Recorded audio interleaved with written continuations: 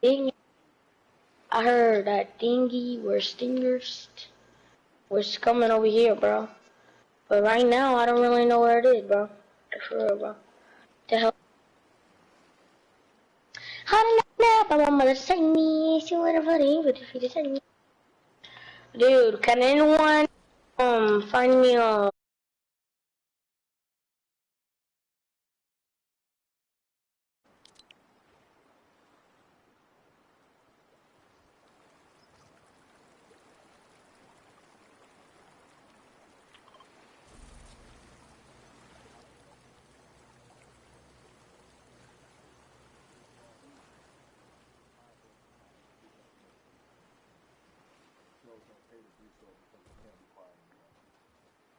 That is a but not be quiet, be seen but not heard. That is an expression that a lot of Black folks can relate to in whatever aspect of, of professionalism that they experience, especially if they don't work for themselves. They just feel that. That is also a socialization that we have as Black folks, especially like you said, if you want to get to the higher level.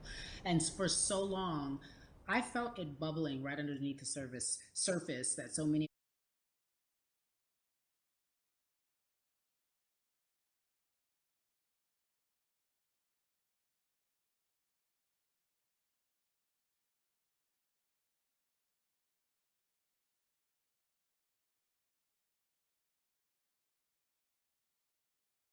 takes everyone joining in on the conversation. And right now, I feel like more than ever, there is little things as possible to distract from bigger issues. And we saw on draft day, we saw our president Theo Epstein holding up the sign saying Black Lives Matter and wanting to yeah, include the rest of yeah. MLB in that. But now we're having those conversations as well. So I definitely think this is sustainable. And it's not always just going to be the popular thing to do. This is something that people want to get right because they know we care. Jason, you said you think it's sustainable, that what you're seeing, especially with your colleagues in baseball, that this can be something where you're feeling more comfortable, feeling more safe to share how you feel about social injustice and police brutality. What are you doing right now in this moment with your platform to help change how we look at voting and how to educate the culture and the community about voting? Well, first, what I'm doing, Carrie, is joining up with More Than a Vote and joining up with other athletes and entertainers to get that message out and use our platform in that sense as a group. And try to create a brand with this to make it something that's not just about the election coming, make sure that it's about people getting educated for years to come and figure out where to vote and how to vote. We've got people in different areas that cover different demographics and influence different areas of people. And as a baseball player, as a Black baseball player, I feel like now, like we talked about, is finding the time to show people that you can use your voice in this profession. You don't have to be afraid. And to me, that can help someone, help a kid growing up. He can see me, he can see other guys that were in the video we posted saying, hey, this is what they're standing for. They're speaking up for these things, and it's okay to want to play baseball. It's not lame. It's not something I have to be as afraid of as I was before. So I feel like that's my role in this. I have a younger brother as well. He's 24. He also plays baseball. So I've got to lead by example. I can't just always, come up with a good answer that sounds good on TV when I get asked a Mm-hmm. question on, what do we need to do to make changes. I'm joining up here to make sure that I take action and get educated myself. For one, so many people, I feel like in Atlanta, they're on the move. Or when you want to try to make a vote and try and cast your vote, you have to do it by mail. You have to sign up for the absentee ballot. Then you have to get another ballot in return. They have to send it back to you. Well, for me personally, they didn't send that back until it was too late, right? We didn't get it in the Mm-hmm. mail to the address that's an Atlanta address at my parents' house. We didn't get that in the mail until it was too late. And then from other friends and family that are still in Georgia right now, I just hear about them being held in lines too long and trying to get off work. And we know how it is for any family, but let alone a Black family in the inner city or in the Yeah. suburbs trying to take care of their family and trying to provide for them. You try to get off work, and then you're like, wait a minute. You start looking at the clock. It's like, oh, this is not going to happen today, right? And so I saw, Mayor Keisha Bottoms, reach out via social media to people and say, hey, I'm going to address these issues right now. I need y'all to stay in line to cast your votes. Keep hanging in there. So to me in Georgia, that's what that looks like. Well, it's interesting that you even bring that up because there have been all these images, specifically from Georgia, because that's such a battleground, where you see people, especially when it came to the primaries, doing whatever it takes. And this is real life voter suppression that you're talking about. It's been happening for decades. It's not fake. What you're saying, these examples of sending you your ballot too late after the fact, or shutting down the polls at 6 o'clock while people still are in line, that's a real life issue. There needs to be some type of change. And I think that what we're doing right now is fair. But the idea of voter suppression, do you think that that is well known, especially with folks, within the generation, your generation? I think it's known in our communities, right? I don't think it's spoke on enough. I don't think there's been enough light drawn to it. Bring it to light. Let people hear about it. Let people learn about what that looks like, and get more people to say, okay, look, like this is going to happen. We have to expect this, and we can no longer make the excuse. We can't say they didn't warn us. Jason, everybody knows, or it feels as if everyone knows, that the time is now. America's paying attention to us. We have their eyes, we have their ears. If you look toward the future, what are you most excited about in terms of seeing a change? I'm excited about how fast the word is traveling. The word is being spread right now. The biggest athletes, the biggest icons, biggest entertainers are doing their part. But I'm also seeing people out there on the streets doing their part. When so many things got lost, could have very easily got in the commotion when it came to protests, and you saw rioting, you saw looting. People still stood their ground, and people still went out there and said, "Look, we're doing this for the right reasons. We're going to come together. We're going to use drones. We're going to use social medias." I feel like this is a new wave of getting things done the right way and just spreading the message.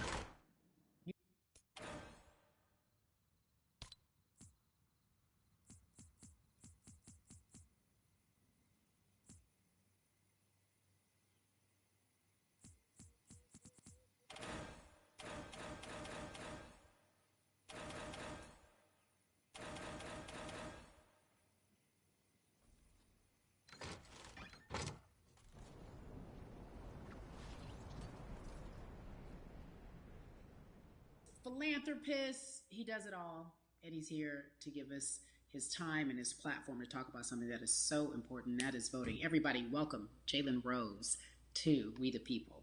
Talk to me about how important it is for the people who know you and love you and look up to you. Why is it so important that you use your platform to talk about voting? Initially, we have to get past the stigma of the mental systemic racism that comes with the presidential race, governors, mayors, senators, judges. We've been conditioned to believe that our vote does not matter. So usually when we looked up at all of those races and people that were running, not only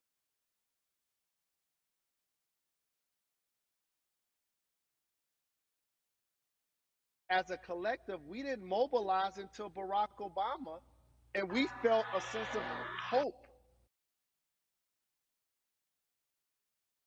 that we felt would never happen in our lifetime. And I remember being at the inauguration in 2008. I made sure I was there. And we voted. In 2016, we didn't vote, Carrie. We didn't vote. And so many people try to make this political. This is not political. Me telling somebody to vote is like telling somebody to pay taxes. So that's one, getting over the stigma of nobody is going to represent our best interest. And then number two, the reality is that the person that gets the most votes doesn't necessarily win the presidency. That's uncomfortable right there, because that's actually what took place in 2016. The Electoral College chose the president. And if you put all of their pictures up, I'm pretty sure they look a lot more like each other than they look like you and I. How about that? And then the third thing, especially in urban environments, oh man, they create barriers for us, Carrie. It's like you got to jump over the fence, you got to run past the dog, you got to jump on the hood of the car. The lines is 5 hours long. You get up to the poll and they don't work. Elderly people working, people who understand technology working in the suburbs. Like, these are all systematic things that try to discourage us from voting. And then finally, we don't have a day off to vote. We need to work. It's going to be a full day, and I got to work to pay my bills. So you know what I'm going to do? I'm going to mail in vote. And you know what you want people to realize, that that counts too. So your vote will be counted if you're able to mail it in. So those are a few things that I hope that we can do and mobilize. And shout to LeBron and his team. Shout to you and everybody involved. We will make a difference. Well, let's talk about more than a vote. There is a black collective of athletes, of artists coming together and saying voter suppression is a real deal, especially in the black community. When you just talked about, I got to work, so the booth, just in case we don't have to work, do we know who we're voting for? Not only do we have to vote, we got to be educated. And it's not always even about the man who's in office or the woman who's in office for president. It's about your local elections. It's about the people who are your DAs, your state DAs, like the people who actually make change in your community, who will change police brutality, who will make sure that your community is taken care of, who will defund police and hope that they can help you in stopping police brutality. So talk to me about why you decided to be a part of More Than a Vote and what it actually means. Well, it means a lot to be involved with such an impressive collective, as you mentioned. And I said this multiple times, and I know it can be uncomfortable when I say it, but a lot of times we have to get to the root of the issue before we find a solution. And the quote was, I wish America loved black people as much as it loves black culture. And this collective, by the way, represents in a lot of ways what's encouraging, Welcome to the but stream. also sometimes disappointing about our role as black people in America. Because we were brought here as labor and to entertain. And we use those vehicles Thanks and to hello. get paid and move to the suburbs and be the idols of white kids. And so now that we have this collective, I would say sports and entertainment represent the most powerful group of black men in the United States. I'm talking about money, power, celebrity, the ability to mobilize, community involvement, their leadership, their Have my intellect. mic off so And you can so pay to attention because have this is all important. of us pull it in the same direction at the same time for anything that we're passionate about is going to be a difference maker, but it's definitely going to be a difference maker in the 2020 vote, because we're going to make sure we inform everybody that they can let their voice be heard, and failure is not an option. Jalen, what does voter suppression look like to you? A perfect example took place recently, Carrie, in Kentucky. Okay, It was emoji 6 slightly p.m. at night, smiling and face. so many people were standing in line enthusiastic to vote. And you know what they did? Locked the doors. And you know what the people did? They continued to bang on the doors, continued to bang on the windows. They continued to let it be known they were not going to leave the premises until they got a chance to vote. And you know what ended up happening? They opened those doors and allowed those people to vote. So do not be discouraged. These barriers show you that it matters, and we're here to help you break through them. The same thing with our platforms and voices, Carrie, because you know what's going to happen. At some point, Breonna Taylor is not going to be trending anymore. People are not going to be protesting anymore. But it's still up to us to keep making sure that our voices get heard, and this is one way to do so. Right, and that is a form of being activated, being an activist. It doesn't have to be protesting. It doesn't have to look like what you think traditionally activism looks like. It's voting. It's that simple. We now have to understand, like, this is a critical mass moment for this movement to continue to hold up as much steam for as long as possible. And that's what this collection is going to hopefully allow for that situation to happen. Jalen, in today's age of technology, it should be easier to vote. No doubt. It's like we call these devices smartphones, but yet I can't vote from it. All of the things that we do in our lives are in our phones. All of these in order to create a level of enthusiasm to vote. And again, this is not political. It's your right to do so. And there's so many times where you feel like somebody may have gotten done unjustly in your community. Pay attention to who the judges are, who's running for Senate, mayor, governor. Pay attention who's running for president. And let's make sure in 2020 we make a difference. Why is more than a vote so important and invaluable in our community right now? Well, because right now, I think we have an opportunity to let our voices be heard louder than ever. Anytime you see the mobilization of white kids holding Black Lives Matter signs, that means there's a breakthrough. Now, what happens with that breakthrough is the next step. You're going to look down in your email, Carrie. You're going to see all of these companies telling you how they're going to work on their diversity, how they're looking themselves in the mirror. They need to make change. Just like in sports, right? You look on the field and on the court, all those black players. The further you get up, it's like altitude or a ladder. It gets thinner and thinner. And so a lot of people talk about the system being broken. I hate to remind people that it's not broken, it was built this way. And one of our ways to help change the system is to vote. So that's why more than a vote is so very important.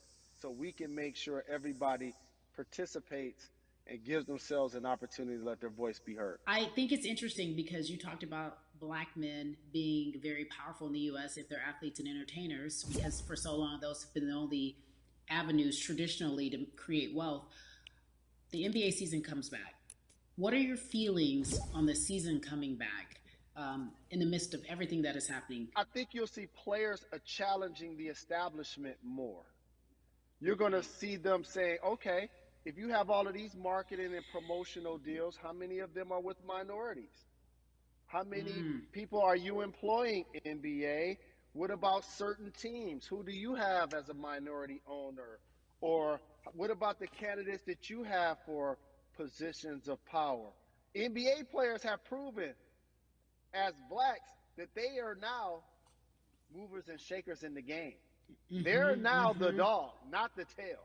So if they decide not to play, some of the biggest social changes and conversations have taken place in sports that weren't during the game.